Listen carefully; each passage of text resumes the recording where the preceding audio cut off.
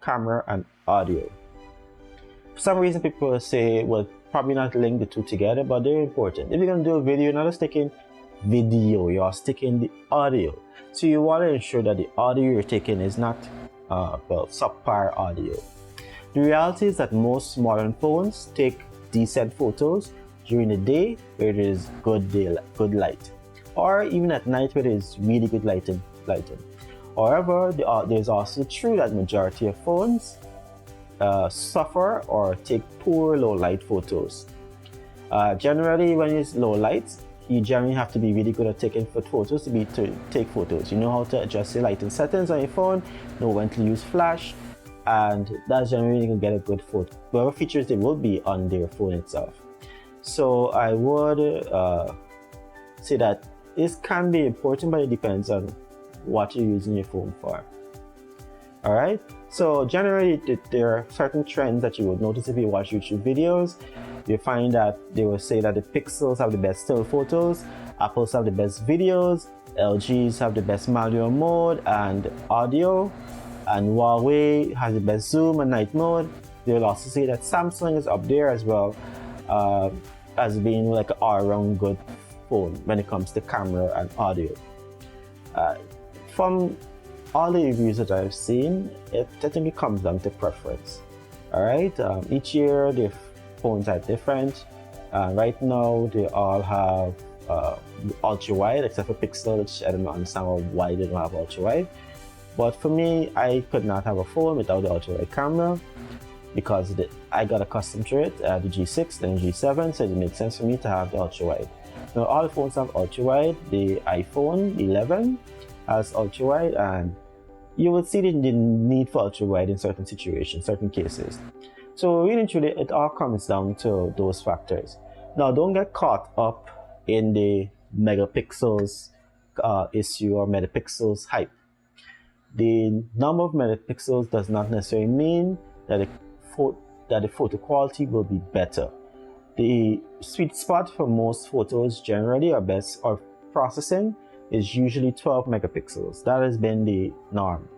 However, some have gone to 60 megapixels, but now there's a trend of going up to 108 megapixels and 48, 64. You'll find all those megapixels. The problem with those large sensors or large megapixel phones or cameras is that sometimes they tend to suffer in low light. So it is a bit of a toss-up. Alright, but really and truly, you probably can take your own photos. If you get a chance to test out the phone, you will know whether it should be good for you. However, I can say that in general, some phones have really good night mode. I know that the Huawei is known for that, a really good night mode. The Pixel is also known for having a really good night mode. Apple is known for having a really decent night mode as well. So you can, play around with those things and see what's best for you. But the reality is when we're taking photos in the night, it's generally because we wanted to look at we taking photos in the night. Not let's say, okay, if it's taking photos in the day. Some of the night modes take it a bit too far, okay, if you're taking a photo in the daytime. Anyway, that's up to your preference. So let's go to the quality. Alright, let's make this simple as possible. If you're klutzy, if you know you're the type of person that have to buy screen protectors and you need a case for your phone, generally, and even in some cases, screen protectors and cases do not protect your phone, then you probably should not get a flagship phone. You should probably get a mid-range. They can work. They look really nice now. They have most of the features that the flagship have, and they're generally really good. And most importantly, they have plastic backs. All right. That means it's less likely to break, and you're more likely to keep your item going. However, there are other things that can keep the phone going as well, and in some cases, plastic back might not even be enough. Now, there's certain things you might look for. You might look to see if your phone is waterproof or water resistant. There's IP67, IP68, and then there is the higher category of mil-spec. Now, there are very few phones that are mil-spec. I can say that the LG's G series and the V series are probably the only phones that I am aware of that are mil-spec currently. Alright, So when you look at the build quality, majority of phones that are flagship phones are what we call glass sandwich. Basically meaning that they have glass on top, glass at the bottom, probably with aluminum or stainless steel in the middle, which is probably of a high quality. So essentially what it means is that if it drops, the back or the front can break. Now, be fully frank with you in relation to the iPhones. If you drop the back, drop your phone and on the back and it breaks, you probably should just get a new iPhone and done, because the cost to repair is almost the cost of the entire phone. So, because they have to remove the entire back, including things that are solid to the back, and that's the motherboard and such. So you might as well just say that is the end. Hold a funeral, get those dancing guys, those funeral guys for the phone, and let it go. If it falls on its face and it cracks its face, then that is not as bad. It's still pricey, but you can get that repaired. It probably would take a good amount of money to repair it too. So, in other words, probably put your phone in a case, a good case. Right? You don't need to take case, and probably another video I can probably do a little examinations of some cases that you can probably get, but those are things you need to consider. All right, this software, without being geeky, is important because the software changes each year for both iOS and for Android. They're updated each year. Now, they used to have BlackBerry, they used to have Microsoft as in Windows, and they used to have Amazon. They all put forays into this world, but it didn't stick. So, but they still have other software like MIUI and the Samsung One UI and these kind of things. So they have different software features that they use, but most of them are based on Android or around Android itself.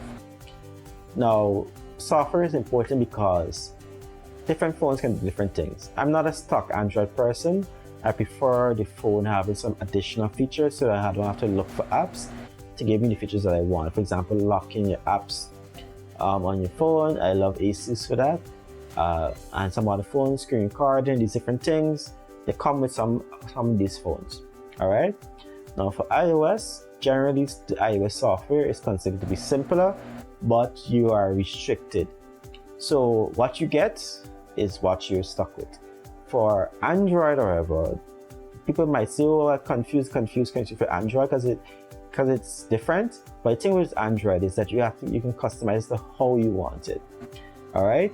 So you have a lot of leeway, a lot of latitude with an Android software.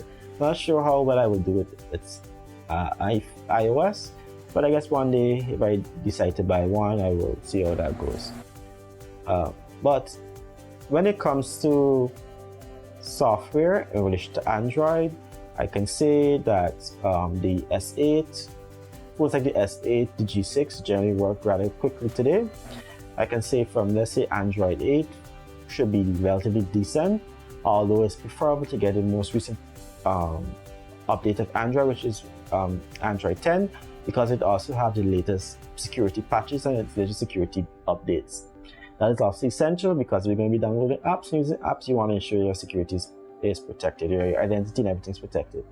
In relation to iOS, software is not so much of an issue related to older new phones because generally iOS supports their phones for up to 5 years. So let's say that we have the 11 series current right now. If we go 5 years back to the 7 series, that is what up to the 7 series Android is currently supported. Sorry, iOS is currently supporting, and then it continues going up and going up and going up. All right. So these are the factors I would have mentioned. I would have thrown out some names of phones that you can probably get.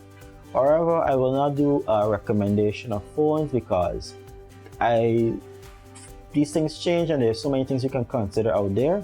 So what I would tell you to do is to probably just do proper searching, just do proper browsing, check the features, and take these things into consideration and make the best choice for you. All right. In some cases, you may want to go with the brand names. That is fine.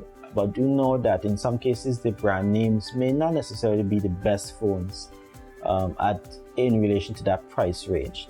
There may be phones that you can probably pay less and you will get If not near the quality of the flagship or the brand names, you might even get in some cases even better in some aspects of it, not in all. All right, because the flagships and the brand names are generally known to be in quality.